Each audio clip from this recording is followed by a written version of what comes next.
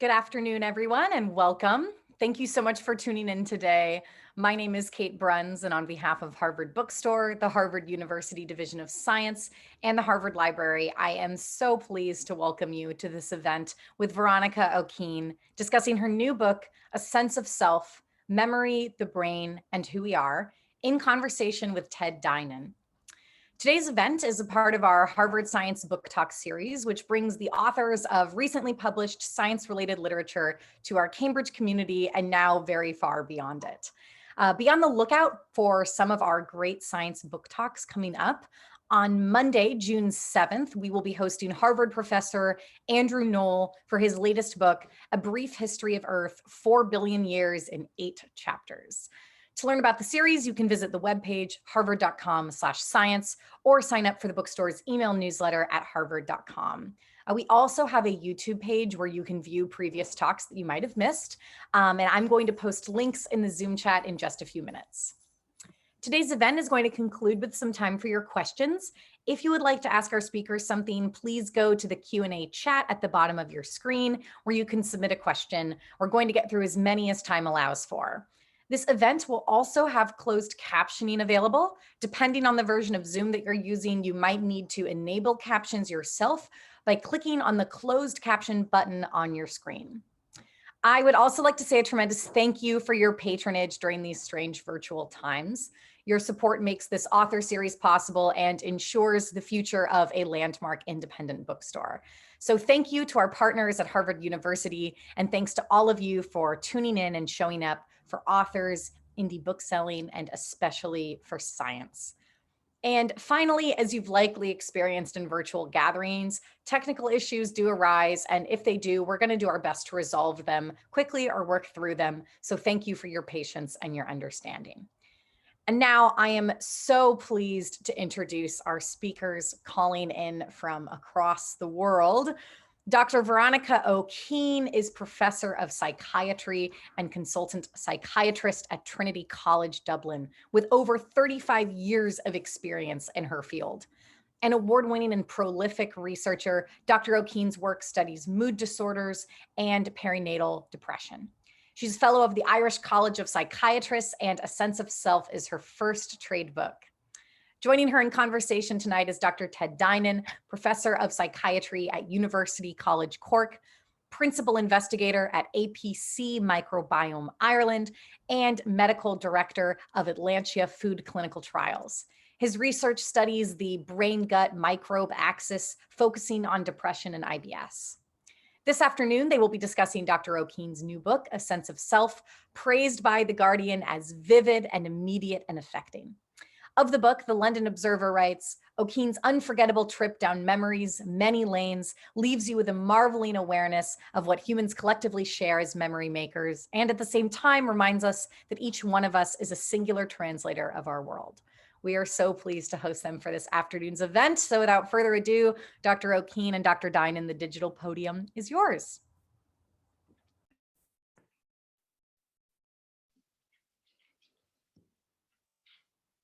Thank you so much for that introduction, Kate. I'm very grateful to Harvard Books for inviting me to this event, and also to my friend and colleague, Ted Dinan, whom I believe to be one of the best scientists in the world. It's always a privilege to talk to him, and it's very special to talk about my book with him. I'm going to start, Ted and I agreed that it would be best to start with a small extract from the book to give you guys a flavor of what the book is about. The book is essentially about memory, how we all make our memories, and how those memories eventually make us. And this is an event from my life. The book is full of anecdotes from my life and from the lives of patients. But this particular memory is very vivid for me, and it will open up a lot of the topics that Ted and I are going to discuss, such as emotion and memory. So this is called the Cambridge Lovage Story. It was the warm, sunny summer of 1995. and I was in the early months of my first pregnancy.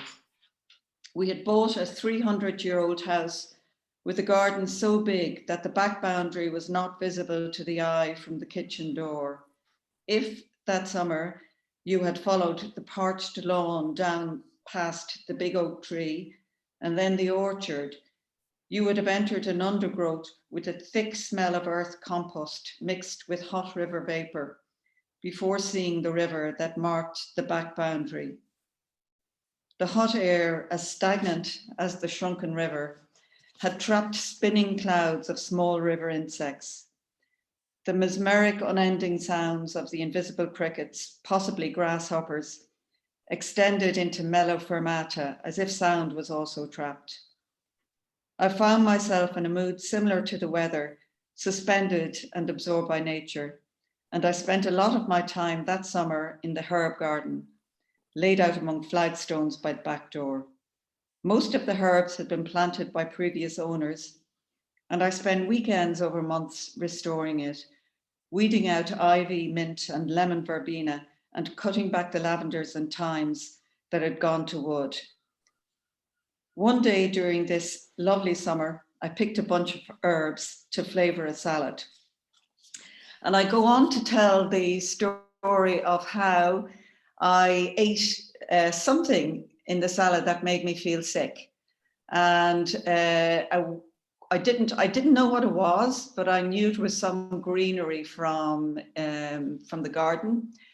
And a week later, I was back in the garden and I had an immediate jolt of the sickness that I had experienced a week before, and knew instantly, as we all do, that whatever it was that I'd smelt was the thing that had made me sick.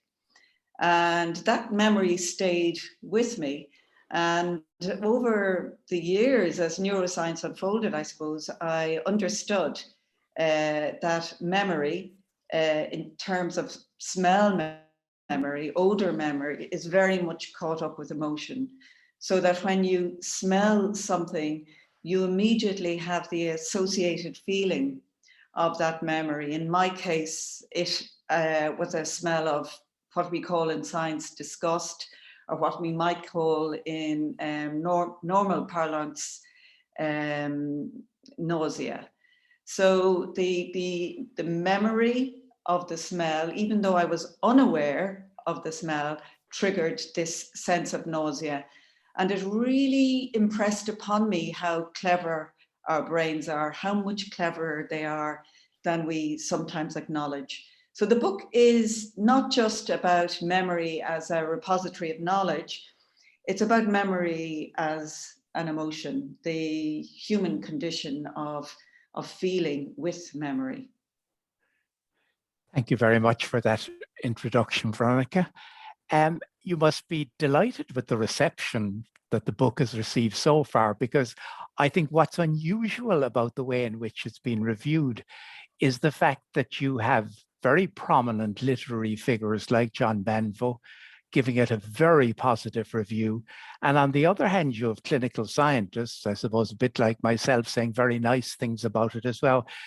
There are very few books that one sees where one sees a bridge between, literary criticism and scientific criticism, and the book seems very much to have received positive regard on both sides.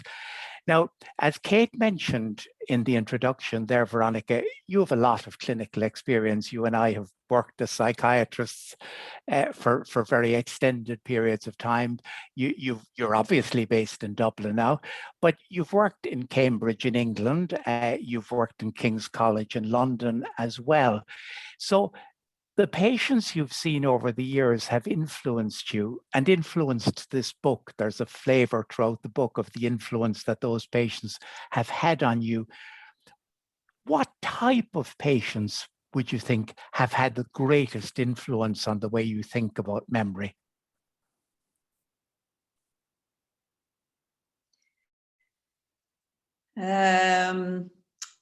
Well, I suppose as a psychiatrist, unlike most people who are probably listening to us now, we treat the more severe end of the mental health spectrum. And the patients who are certainly dearest to my heart, and probably to the heart of most psychiatrists, are our patients who are the most severely unwell. So I would say patients who've had severe depression or who've had psychotic experiences. I found them very inspiring. First of all, at the human level of what they endure, and the fact that they endure it in a world that's largely unsympathetic to them. And they make us all realize really how lucky we are to be able to understand the world in a coherent way. So I think that experience of humility is very life affirming. So that's one way they've made an impression on me. In terms of the way I've learned about the world of neuroscience, I think looking at these extremely abnormal experiences makes you think and makes you stop and wonder, that all the things that we take for normal actually are very complicated, and they're not there automatically. And certainly one of the opening chapter, in fact, of the book, I talk about a patient called Edith. And Edith had had a postpartum psychosis in which she believed that her baby had been substituted by the devil, and that her husband was also an identical substitute. And of course, we call these delusions of substitution or misidentification. And this can happen very abruptly, as it did with Edith, just a few days following the birth of her baby, having never been psychologically unstable, or certainly not psychiatrically unwell prior to that. And on passing the graveyard on her way to the hospital, she saw a small tilted gravestone. And she immediately knew from looking at that her baby was buried there, and that so her real baby was dead, and the substitute baby was part of the drama that was unfolding around her. And we treated her, and she got better, because that's what we do. And psychosis responds very well to treatment, particularly in the postpartum period. So when she came back to see me, she passed the same graveyard and saw the crooked gravestone. And she explained to me when she arrived that she'd had an overwhelming sensation of being back in the moment of psychosis when she was first coming to the hospital. And she explained to me that in that moment, she had reliving of all of her psychotic experiences. The anxiety, the terror, the sense of everything around her being staged, and of everybody being fraudulent. And I said to her, as we do as psychiatrists, well, Edith, I hope you understand now that those memories were false, that didn't really happen. And she said, yes, I understand that it isn't true, but the memories are very real. And so the whole book is really based on those words that Edith said to me, because then I began to understand that it doesn't matter what happens to you, whether it's a delusional belief or not. Each person's memories are real, and they're real because they experience them, and you can modify them with present experience the way Edith did. But as she said to me, the memory was real. And it really brought home to me the fact that memory is neurally embedded experience, that our neurons make memories because of the world around us. And we're not choosing to make these memories. These memories are making us. So yes, to answer your question, all of my explorations have really been based upon very abnormal experiences from patients and translating those into normal human experience. Indeed. And of course, as you and I well know, psychotic experiences, and you've described that there can be so awful for the individual and yet so common. People forget, and I think our colleagues in general medicine often forget how common psychotic illnesses are. I was talking to a colleague from UCLA there a few years ago, and he was asking me, why are there so many psychiatrists around? Why don't we have more gastroenterologists? And, I had to point out to him that, ulcerative colitis is common and so is Crohn's disease, but they have a prevalence of about one in 2,000, whereas, the sort of psychotic illnesses you're discussing, prevalence of, 1 in 100 with schizophrenia, maybe 2 in 100 with bipolar illness. So we're really looking at something that is so central to the human condition, with such an incredibly high prevalence. Now, your book is very much focused on memory, and I suppose a lot of psychiatrists and a lot of psychologists will be familiar with traditional ways of looking at memory, and the traditional ways is you have encoding and you have, the lay down of memory and you have retrieval and so forth. The view you're putting forward is more complex than that. How do you see your view in comparison to the traditional view of memory?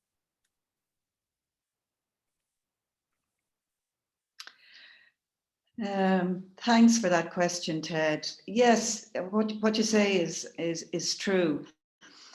I suppose when you and I were in college, we learned about memory in a very piecemeal way. We learned from psychology about the cognitive aspects, how to measure memory, short-term memory, long-term memory. We learned about memory in compartments.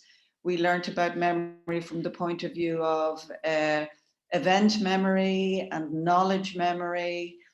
We didn't actually learn about the experience of memory. And I think that, we live our memories as human beings. We are actually, the human condition is really a combination of conscious experience in the world around us and sensation, and interpreting that through memory.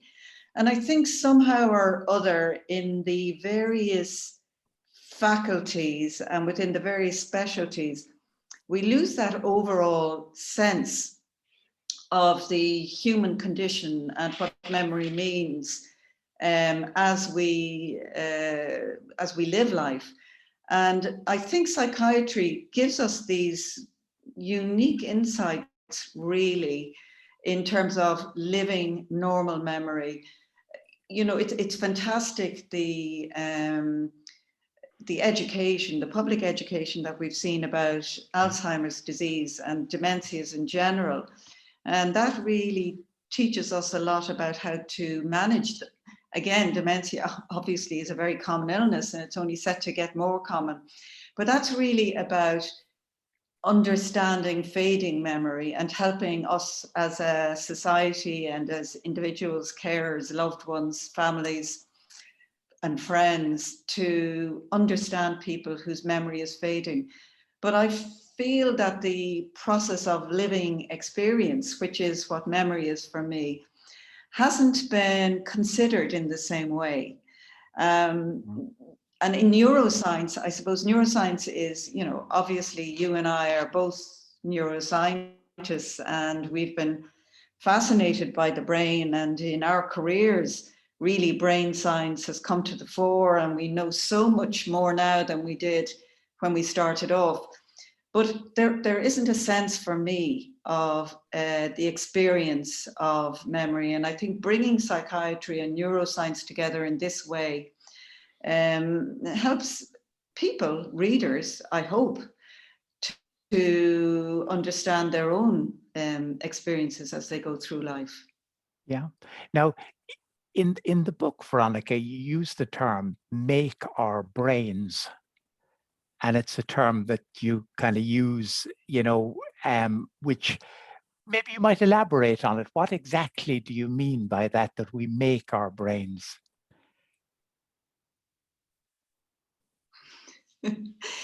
Well, I suppose the world makes our brains as well as ourselves. Sure. But I guess I'm going back to the idea that I think still lingers culturally. It's a philosophical point, but it's a very important point, that there is an a priori knowledge. We are not born with knowledge. We are born not necessarily with an entirely blank slate, because what happens in utero influences our brain development, as you know. I mean, in fact, you would say that the way you're born might even, the method of birth, whether it's a C-section or being born through the vagina, that would influence our bodies. So there are all sorts of forces at play, but I guess the only things that we can measure as yet really is what happens post-birth. And basically, whatever way a baby is born, post-birth, their brains really continue to develop for the next 20, 30 years of their life, and only reach maturity at that point. And our brains are made from the process of memory, because the hippocampus at the center of the brain is like a memory factory, where all the neurons connect up together to make patterns. And essentially, it's the patterns of the connecting up of the neurons that form specific memories. And these memories then become elaborated with emotions. And so when we remember something, an event memory, there's the place cells from the hippocampus. There's the associated emotion from the location parts of our brain, which is essentially the hippocampus. And then that all gets transported up to the front of the brain so that we can consciously see it, imagine it, and predict for future events. So,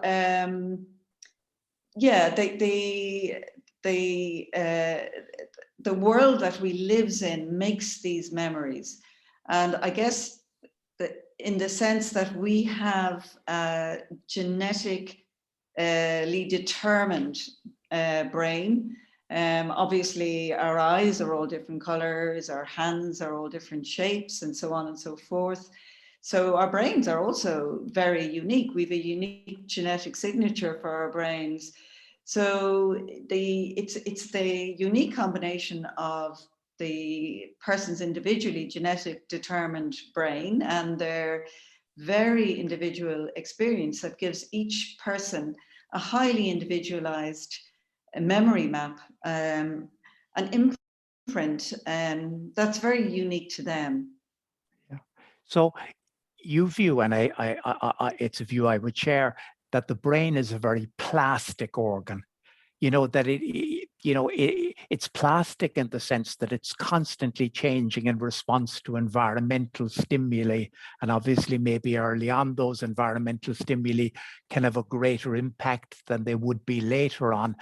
I suppose the only other part of the body that might be as plastic as that, and I know it's one area of the body that you've published on previously, would be the adrenal cortex. I think patients are often surprised that if somebody is depressed, their adrenal cortex can become massively enlarged, and when they're no longer depressed, it returns back to a normal size. So it unlike many, one wouldn't regard the heart as a particularly plastic organ, but clearly the brain actually is. But, you mentioned the hippocampus, but do you really believe that there's an engram or that there's an area of the brain associated with memory? Because as I read your book, it reminded me of the work of Carl Lashley in Harvard, who spent decades looking for the engram, or the site at which memories are stored. And of course, he came to the conclusion eventually that, in fact, memory involves the whole brain. And although you're mentioning the hippocampus, you're not really saying that hippocampus is the storage area, because there's so many other areas, the amygdala, the prefrontal cortex. It really is the whole brain. It's the whole structure. There's no one part, is there, where memory is laid down. It's the whole brain, really, isn't it?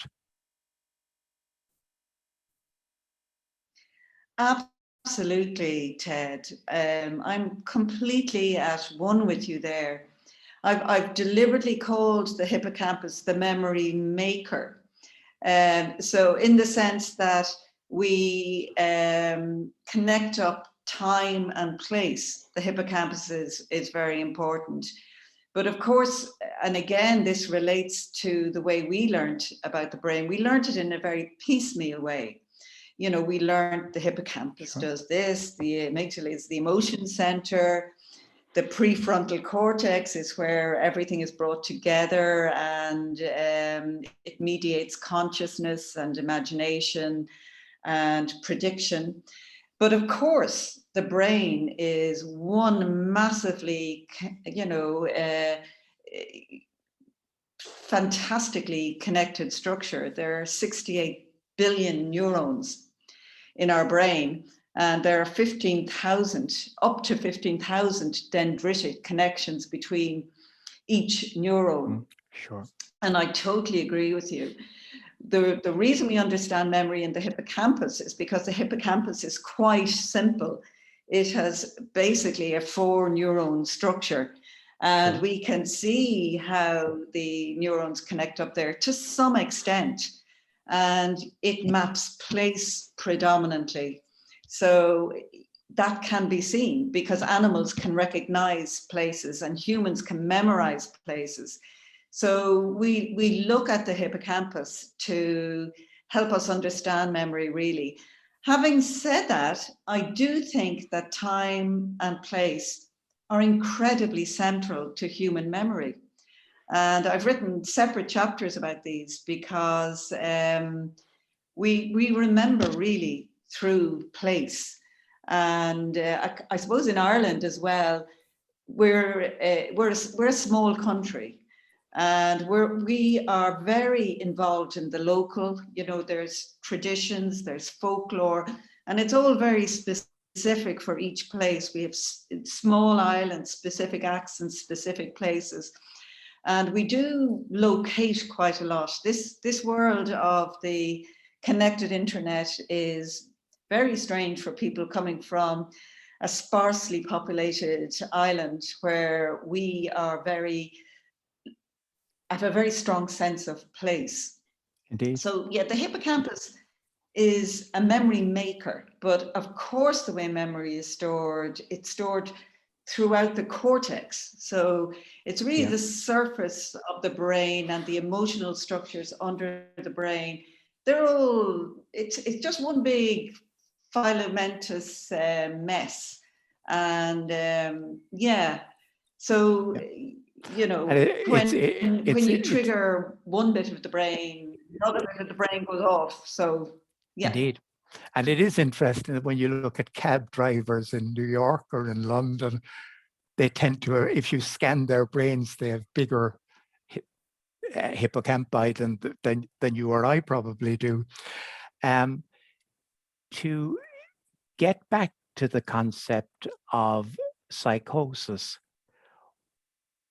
what role do you think memory plays there in the emergence of psychosis?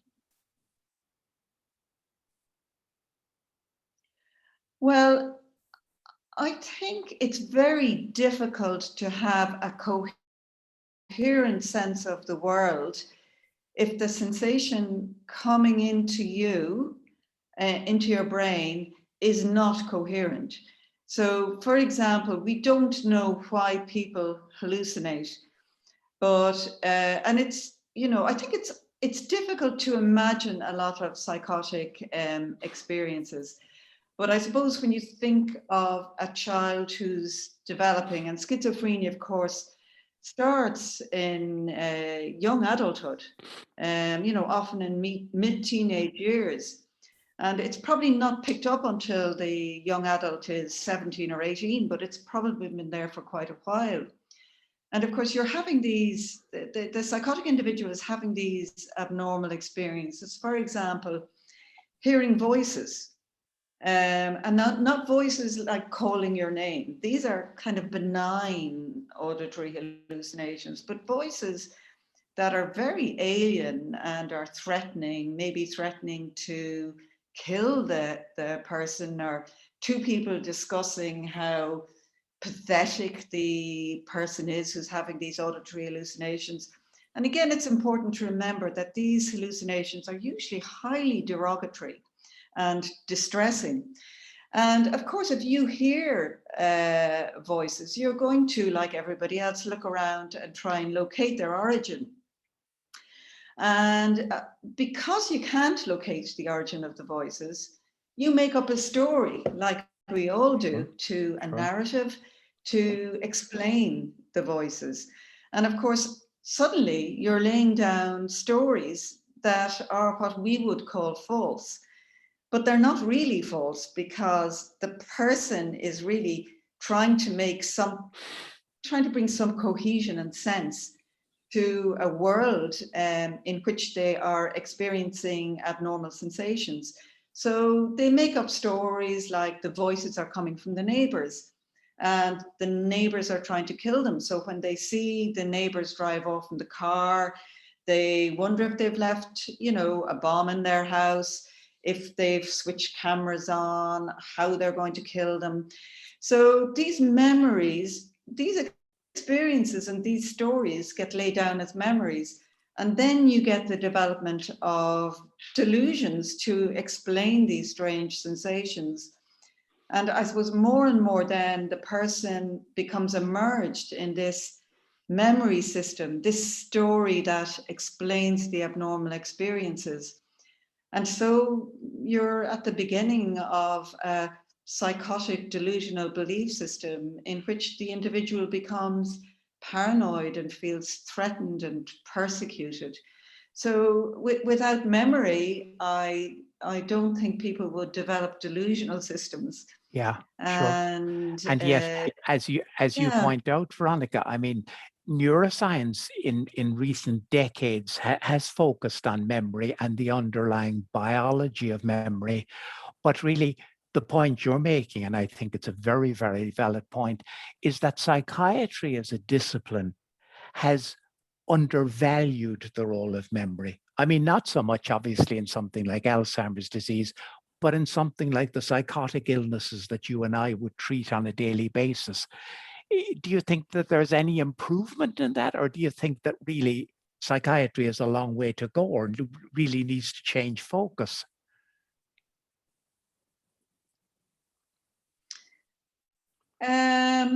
Well, I think psychiatry has a long way to go, yes, because psychiatry has been struggling against Freud for a century.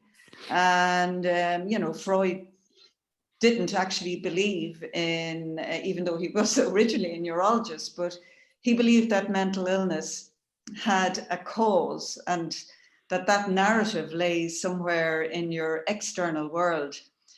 But, we now have a more enlightened view of serious mental illness as being a brain disease. So, I think psychiatry is still, and culturally, I think the world is still to a large extent seeing mental illness as always having a reason and always having a cause. And I think we've ignored the experience of psychosis and how it impacts on a brain and how it changes a brain and how it makes a brain. So I would really invoke neuroscience. I think what's really missing, if you like, in psychiatry is neuroscience and the developments within neuroscience, in the same way that I think neuroscience is missing experience. So I think bringing neuroscience and psychiatry together to both look at the way the brain makes experience, to look at the way the brain makes memory, and the biology of it, because it's within that biology that the pathology in schizophrenia and in serious mood disorders lie. So we have a lot to learn from neuroscience, and I think Yeah. neuroscience has a lot to learn from us. But yeah, I think the legacy of Freud has been very toxic, and I think it has very, it's adversely influenced psychiatry. But we are emerging from that, and I am hopeful that we're moving into an era in which people have more awareness of the experience of Indeed. psychosis. Yeah. And But I what suppose do you think? I think that, when you look at Freud, and I would be equally critical of Freudian theory, but a lot of it is fossilized, isn't it? I mean, I believe that if Freud were around today, he'd probably be in neuroscience. I mean, at the end of the day, he did some very interesting early work on local anesthesia. He was biologically oriented, but there was such a limitation in terms of technologies. There were no technologies available really for looking at the biology of the brain. I think that those Freudians who rigidly adhere to psychodynamic psychotherapy, are fossilized in a different era. And I don't think Freud, if he were around in the 21st century, would be sticking to psychodynamic psychotherapy at all. He'd throw it out the door, and move on to a more biological understanding of the way in which, brain processes operate and psychiatric illnesses emerge. But, would you feel equally negative about, let's say, Jungian views on the collective unconscious and things like that? Presumably you would. No, Ted, actually, I wouldn't. I have a particularly visceral response to Freud because of his misogyny. Sure. I cannot forgive him for saying that young girls whom he knew were being abused by their fathers and by people around them, that they were sexually attracted to their fathers and they had penis envy. I just find that Sure. repugnant. Bizarre. And yeah. I like Jung, actually. Yeah. Yeah, I like Jung because I think Jung, he was mystical, but he was picking out patterns that I find very interesting, in the same way that I find fairy stories very interesting. I think the what he was picking up about archetypes is very much what the gods were in ancient Greece, and the stories that abounded in folklore, in Irish fairy tales. So I quite like Jung, actually, and he's nice to read. Yeah. And he doesn't tell you things all the time. It's more lyrical and it's less pompous. Yeah. Well, a few years ago, I published a paper called Collective Unconscious, How Microbes Communicate with the Brain. And I suspect a lot of people read it thinking that they were going to learn something about Jung. I don't know much about Jung, really, Maybe I know a little about microbes in the brain, but anyway, he has had his influence, could I ask, that's for sure. Please. Can I ask you a question, Ted? Because I'm very interested in biological memory and the fact that the microbes that you talk about, we've evolved from those essentially. They share a lot of our proteins. Yeah. We're now embodying them and they're affecting our brain. Indeed. And of course, you've coined the term psychobiotics. So how does that relate to memory, do you think? Well, I think that, when you and I were in medical school, we clearly learned that there were bacteria in our intestine that were commensal. They did us no harm, but they didn't do us any good either. And I think over the last 15 years or so, we're beginning to appreciate that massive bacteria in the intestine, it's over 1 kilogram in weight, over 2 pounds in weight in the average adult, that these microbes produce a large array of molecules that our brains absolutely require. If you look at, let's say, if you, for many years, and I've published many papers in germ-free animals where they have no microbes in their intestine, and their memory system is seriously defective. So unless one evolves with microbes in the intestine, normal memory function does not evolve at all. Now, I suppose the question is, how do microbes actually communicate with the brain? They do so in a number of ways. The vagus nerve is obviously a very long meandering nerve that connects the brain and the gut and does send signals up and down. But there are molecules produced that play a very important role as well.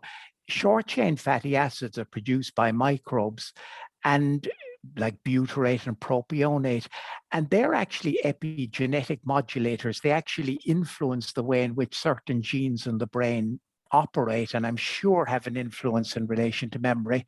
And then, of course,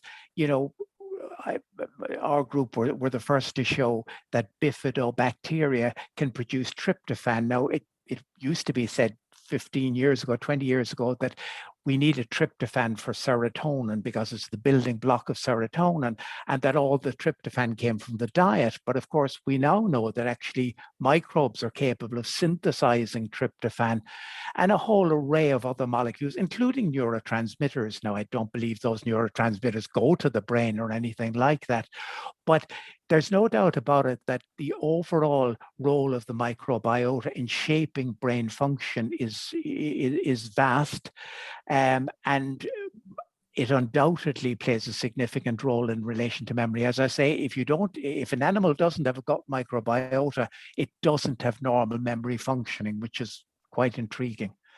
And there's a window of opportunity where you can add a microbiota where normal memory function will emerge. But if you go beyond that window, the animal will be left cognitively impaired, basically. So I think factors outside the brain, clearly do have and you allude to this in your book as well, do have an impact on how the brain functions and how memory processes, occur. Now, we might just look at one other issue which you address. And that's very interesting. Yeah. Please, no, please. Yeah. There's one other issue that you raised. No, what I was going to say is I think our environment is not just the world around us, but it's our bodies as well.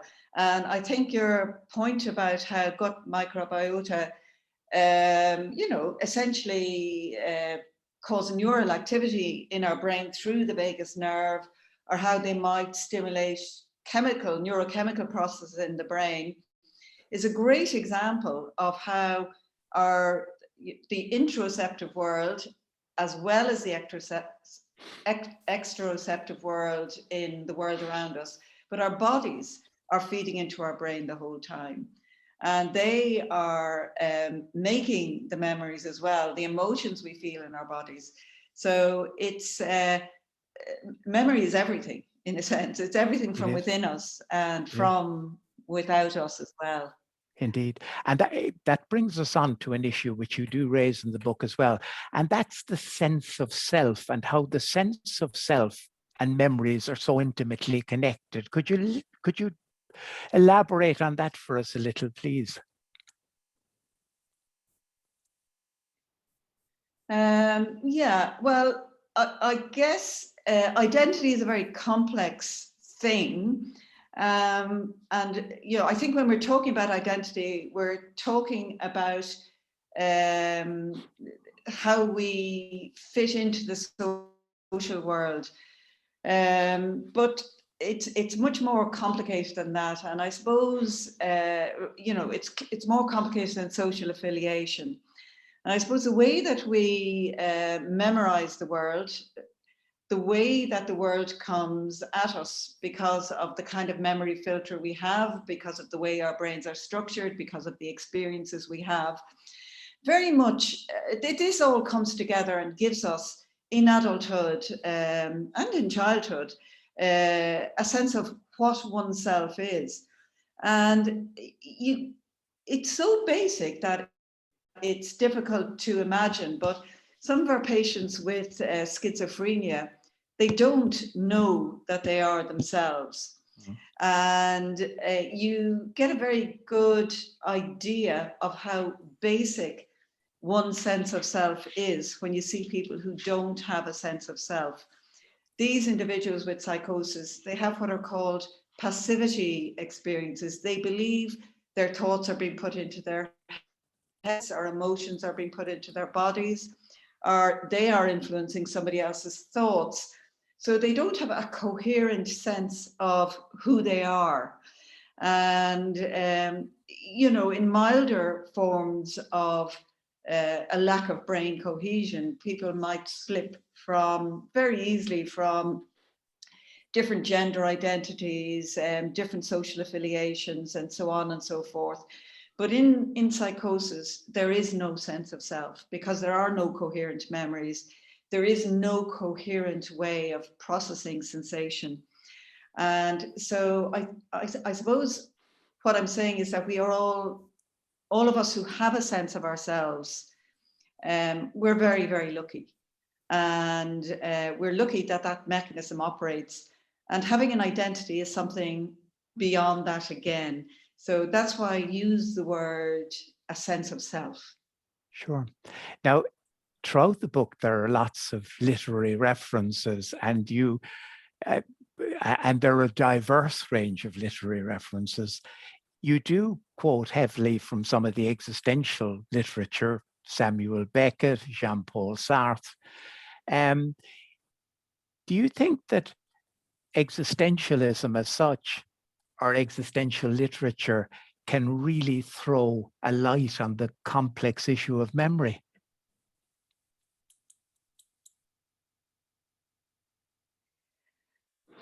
Yes, I do. And I suppose, again, when we were growing up, there wasn't a neuroscience of memory in the way that we understand it now. And we certainly didn't have a neuroscience of consciousness.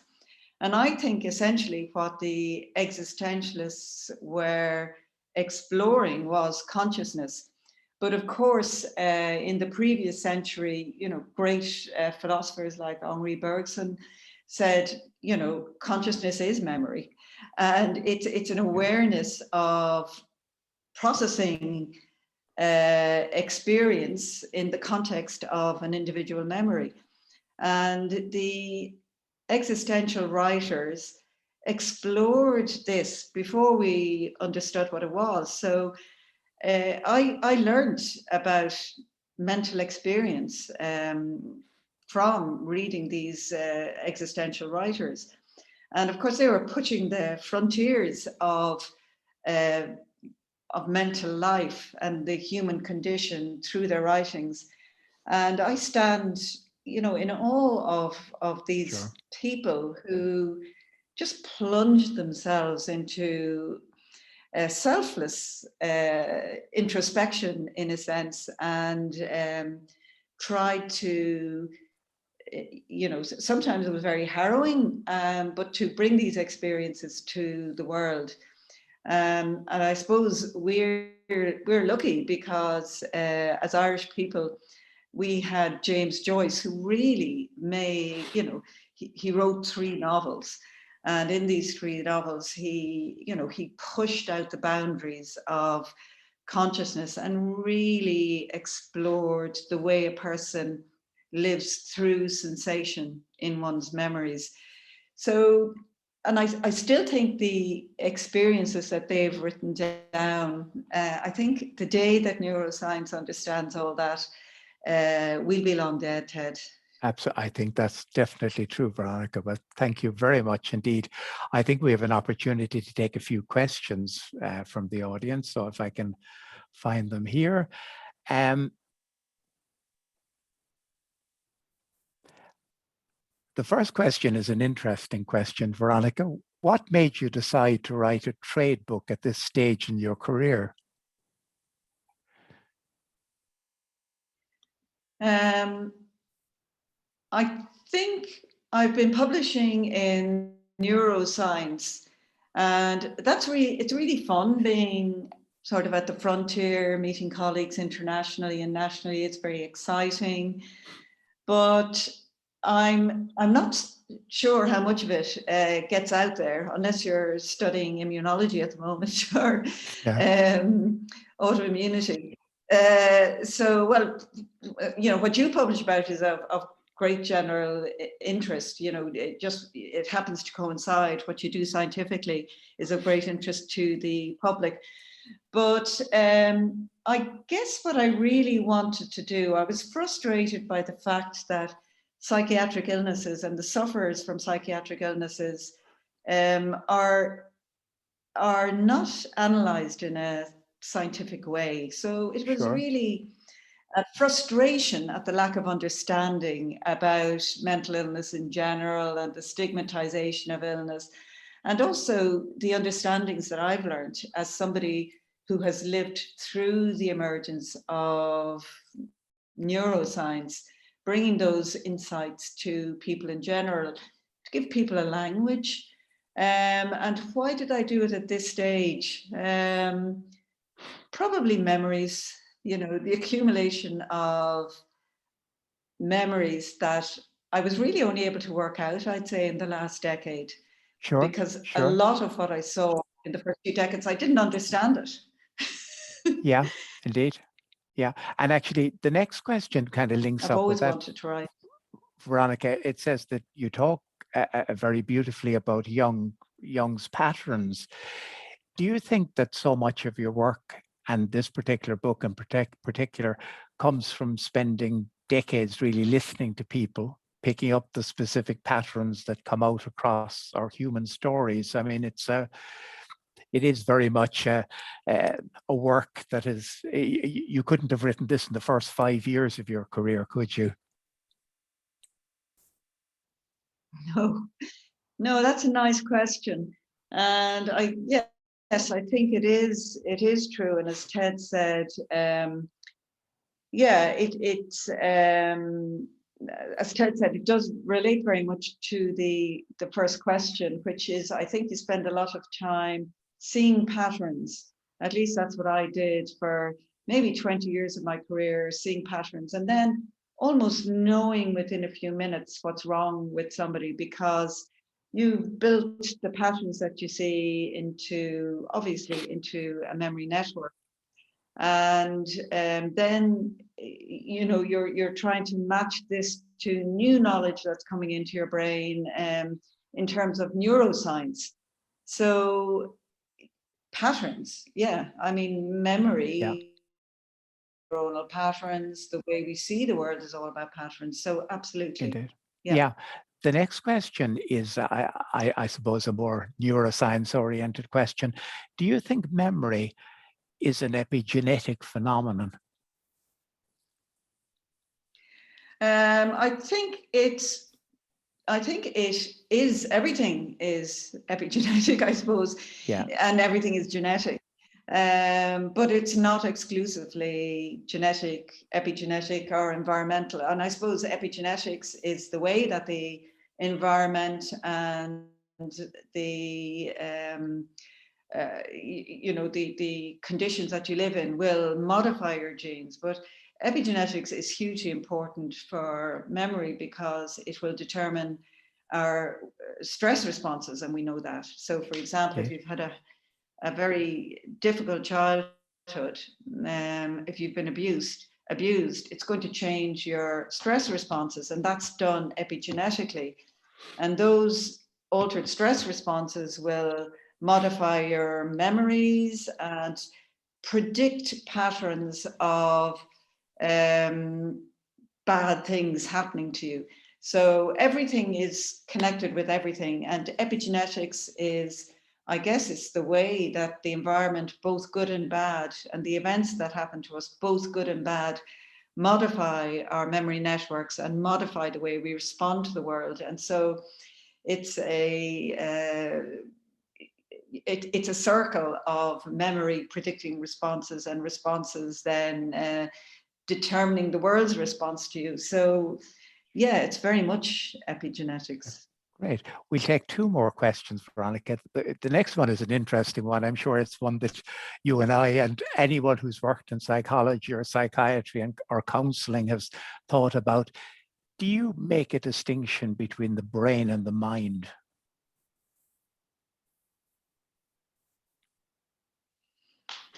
No. I think it's all brain. There are certain things that happen to us as human beings that we attribute to the mind, and that's absolutely fine. But I think the mind doesn't so much exist as a part of the brain rather than as a human experience. I suppose, I think, for example, what people would call spirituality is an emotional experience. It's a very real experience.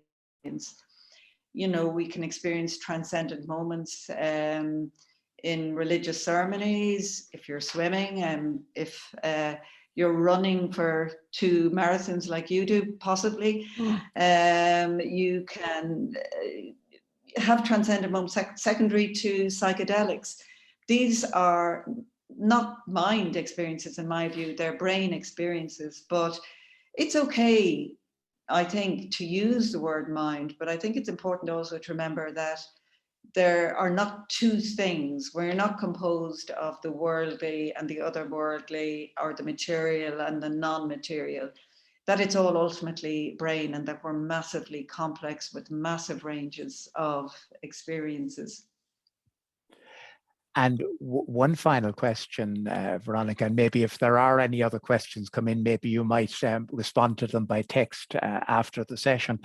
But the next question is, how reliable really is memory? I mean, 2 people can remember the same event in very different ways, each thinking their recollection is correct.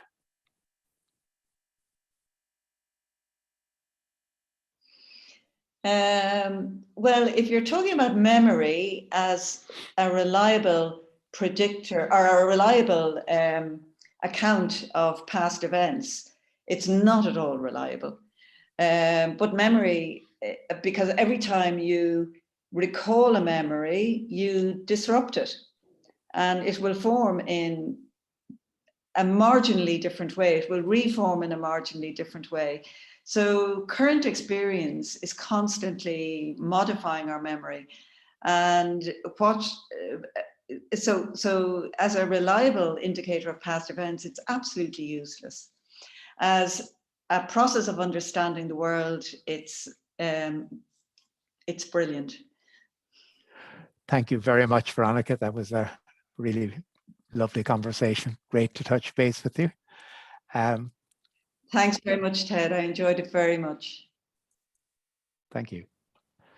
Well, thank you tremendously to both Dr. O'Keane and Dr. Dinan for this fascinating discussion, and for all of you for contributing such thoughtful questions during the event tonight, or this afternoon, wherever you're watching. We're all in different places. If you would like to learn more, copies of A Sense of Self are for sale on harvard.com via the links I provided in the chat. So on behalf of Harvard Bookstore, the Harvard Division of Science, and the Harvard Library, have a great Tuesday, keep reading, and please be well. Thank you.